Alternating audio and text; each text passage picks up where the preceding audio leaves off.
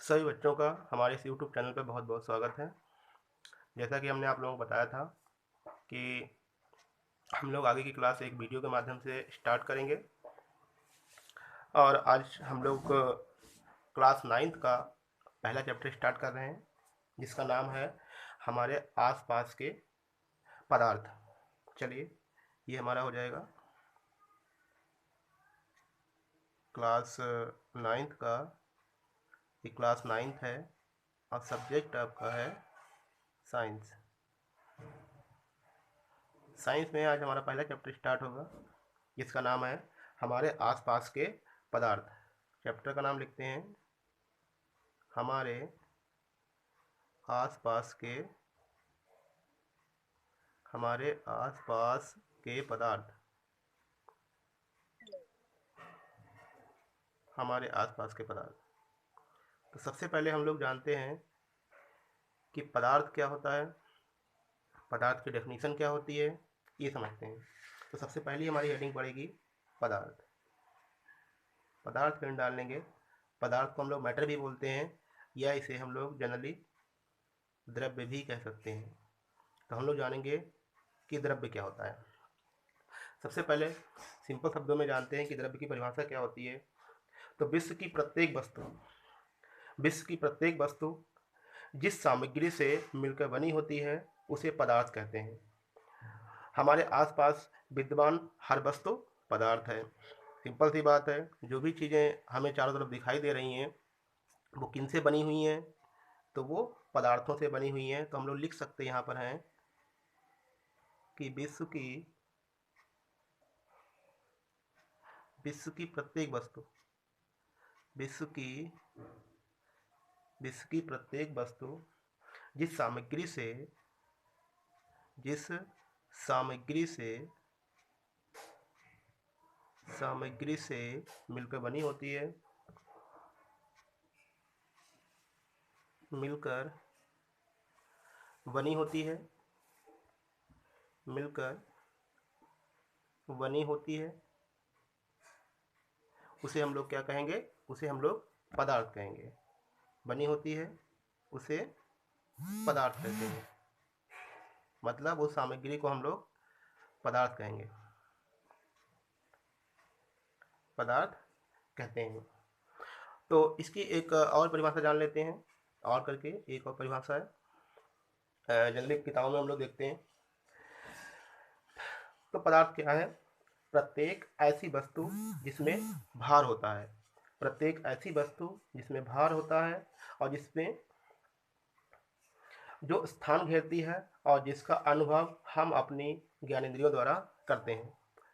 मतलब कहने का मतलब ये हुआ कि जिसमें भार होगा और जो स्थान घेरती है और जिसका अनुभव हम अपनी ज्ञानेंद्रियों द्वारा करते हैं। मतलब ऐसी चीज़ें हैं कुछ जिन्हें हम देख नहीं सकते हैं, जिसे सुन नहीं सकते, उनका सिर्फ हम लोग अनुभव करते हैं, तो वो क्या है, उनको भी हम लोग पदार्थ या द्रव्य कहते हैं। तो एक और यहाँ पे परिभाषा लिखेंगे कि प्रत्येक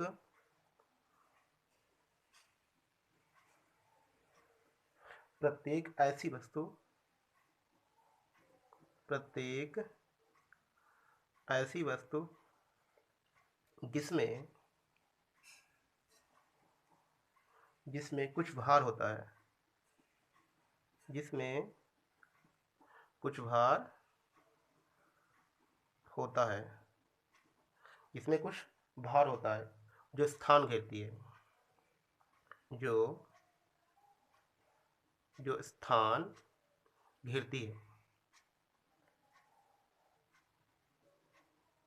जो स्थान घेरती है, व इसका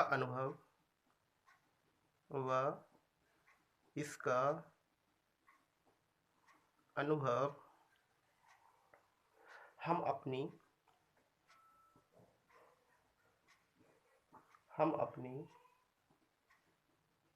ज्ञानेंद्रियों द्वारा करते हैं। इसका अनुभव अपनी ज्ञानेंद्रियों द्वारा करते हैं, द्रव्य या पदार्थ कहलाता है। द्रव्य या पदार्थ कहलाता है। ये आप लोग बात समझ गए होंगे। तो हम लोग यहाँ पे एक निष्कर्ष निकाल सकते हैं कि संपूर्ण विश्व में या संपूर्ण जगत में द्रव्य और संपूर्ण जगत या संपूर्ण विश्व द्रव्य और ऊर्जा से मिलकर बना होता है। तो हम लोग यहाँ पर एक लाइन लिख सकते हैं कि संपूर्ण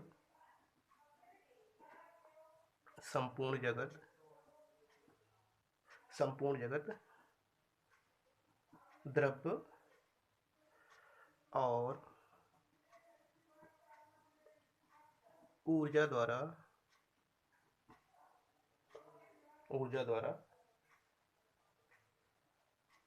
बना होता है। बना होता है। ये बात आप लोग समझ गए होंगे। अब हम लोग बात करते हैं पदार्थों या द्रव्यों के गुण। चलिए हेडिंग डालते हैं, अगली हैं पदार्थों के गुण। यहाँ पे हेडिंग डालेंगे द्रव्य या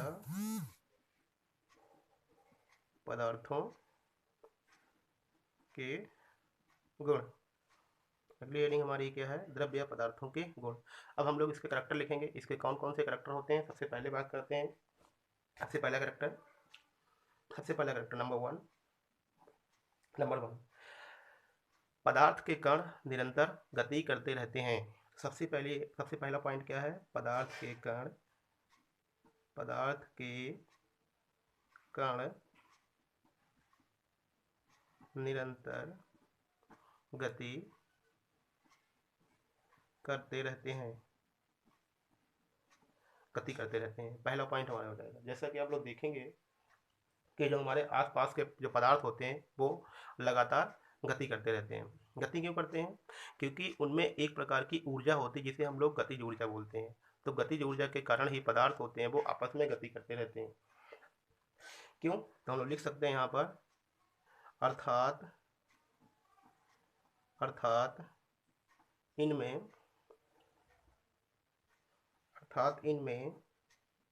गतिज ऊर्जा होती है।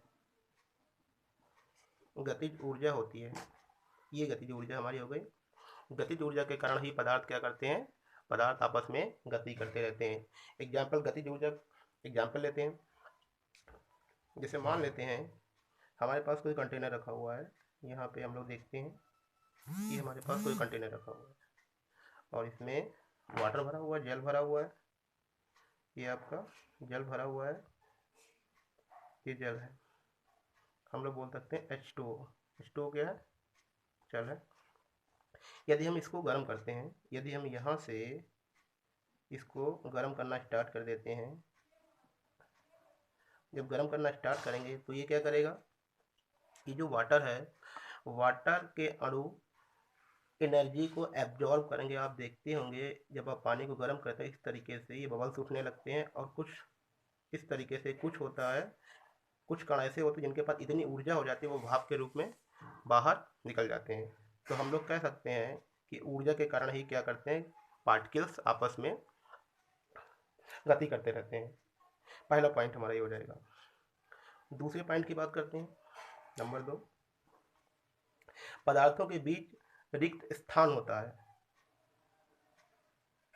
पदार्थों के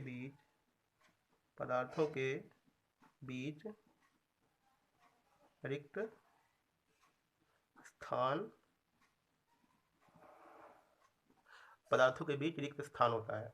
दूसरा पॉइंट क्या हो जाएगा? रिक्त स्थान होता है। अब रिक्त स्थान आपको आगे हम लोग पढ़ाएंगे कि पदार्थ की अवस्थाओं के बारे में बात करेंगे, यानी ठोस, द्रव, गैस, इनकी बात आगे की जाएगी। तो इसमें हम आपको बताएंगे कि किस में कितना स्थान होता है, द्रव में कैसा होता है, ठोसों में कैसा स्थान होता है और गैसों में क्या होता है। चलिए यहाँ पर हम लोग बस इतना समझेंगे कि पदार्थों के बीच में रिक्त स्थान होता है। अब इस चीज़ को कैसे प्रूव करेंगे कि पदार्थों के बीच में रिक्त स्थान होता है। इसको हम समझने के लिए हम लोग एक कंटेनर लेते हैं। आप देख रहे होंगे इसमें वाटर है, इसमें क्या है? इसमें आपका जल भरा रखा है। जल का फॉर्मूला आपको पता है, H2O होता है। तो जब जल भरा हुआ है, जल से भरा कंटेनर लेते हैं। अब हम लोग इस भरे हुए कंटेनर में क्या करेंगे? इसमें थोड़ी सी चीनी डाल देंगे। शरबत आप लोग बनाते हो गर्मियों में, तो थोड़ी सी हम लोग इसमें चीनी डाल देंगे, मतलब यहाँ से हम लोग क्या करेंगे, चीनी डाल देंगे। चीनी की जगह पे या हम लोग नमक भी डाल सकते हैं, चीनी या नमक इसके अंदर ऐड कर देंगे। अब क्या करेंगे, एक रॉड होगी, जिसे हम लोग ग्लास रॉड बोलते हैं, इससे चीनी के पार्टिकल पड़े हुए हैं, अब इसको हिलाएंगे। हिलाने के बाद आगे देखते हैं कि ये चीनी है, ये पूरी तरीके से, चीनी बोल सकते हैं, नमक बोल सकते हैं, पूरी तरीके से ये इसमें घुल जाएगी पानी में। ये चीनी घुल गई, आप लोग कह सकते हैं शरबत बनकर तैयार हो गया है। लेकिन आप यहाँ पर एक चीज़ ऑब्जर्व करेंगे कि जो लेवल वाटर का यहाँ पे था पहले, चीनी मिलाने से पहले और चीनी मिलाने के बाद में, उसके लेवल में कोई भी परिवर्तन नहीं हुआ, मतलब उसके आयतन में वृद्धि नहीं हुई है। तो हम लोग कह सकते हैं कि इनके बीच में जो पार्टिकल्स होते हैं, पार्टिकल्स के बीच में कुछ स्पेस होता है, इन स्पेसों में चीनी आके फिट हो जाती है। तो हम लोग कह सकते हैं कि पदार्थों के बीच में रिक्त स्थान होता है। तीसरी बात करते हैं, पदार्थों के कण एक दूसरे को आकर्षित करते हैं। तो तीसरा पॉइंट हो जाएगा, पदार्थों के कण एक दूसरे को आकर्षित करते हैं, एक दूसरे को आकर्षित करते हैं।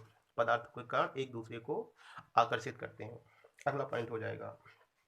अब आकर्षित कैसे करेंगे, जैसे मान लेते हैं जैसे जल रखा हुआ है, जैसे एग्जाम्पल के लिए जल रखा हुआ है, और जल को जब आप कहीं पर फेंकते हैं तो आप देखते हैं ऐसा नहीं कि उसका एक कण निकल के दूसरी जगह पहुंच गया और एक दूसरी जगह पहुंच गया।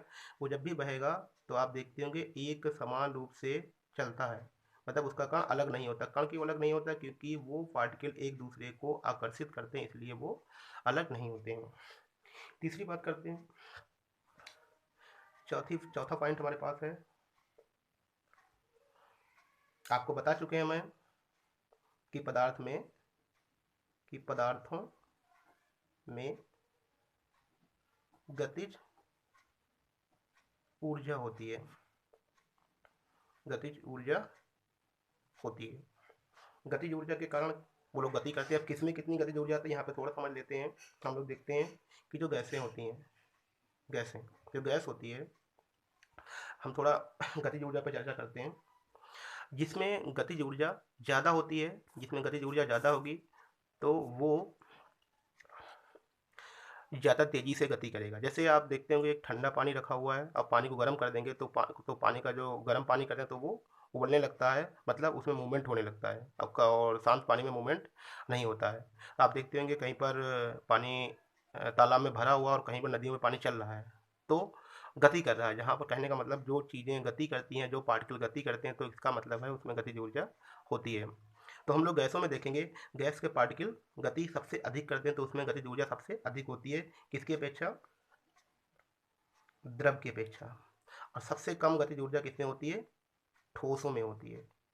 तो ये चीज़ आपको याद रखनी है, सबसे अधिक गतिज ऊर्जा गैस में होती है, फिर द्रव में होती है और फिर ठोसों में होती है। आप देखते होंगे गैस के पार्टिकल जल्दी गति करते हैं, उसके बाद द्रव हो जाएगा, फिर ठोस हो जाएगा। चलिए आज हम लोग यहीं तक रखते हैं, नहीं तो वीडियो बहुत लंबा हो जाएगा। आगे की बातें हम लोग कल करेंगे। कल हमें क्या पढ़ना है, कल हमें पढ़ना है कि द्रव्य की अवस्थाएं। कल हमें पढ़नी है द्रव्य की अवस्थाएं, द्रव्य की अवस्थाएं या पदार्थ की अवस्थाओं की बात हम लोग कल करेंगे। चलिए आज इसको यहीं पे खत्म करते हैं। थैंक यू बेटा।